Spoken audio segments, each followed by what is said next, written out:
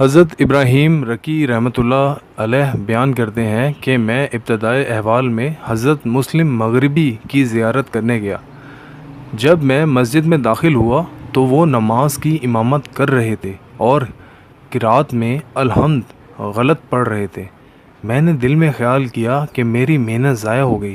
اس رات میں وہیں رہا۔ دوسرے دن طہارت کے لیے اٹھا کہ نہر فرات کے کنارے جا کر وضو کر لوں تو راستے میں ایک شیر سوتا دکھائی دیا۔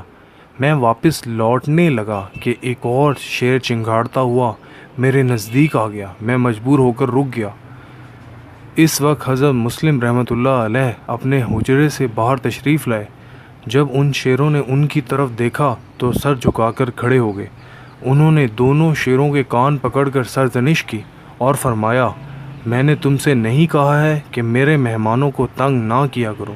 اور میری طرف مخاطب ہو کر بولے، اے ابو الحسن، تم لوگوں کی ظاہری درستگی کے در پہ ہو، اور حال یہ ہے کہ تم مخلوق خدا سے ڈرتے ہو اور میں اللہ تعالیٰ سے ڈرتا ہوں اور باطن کی درستگی پہ ہوں۔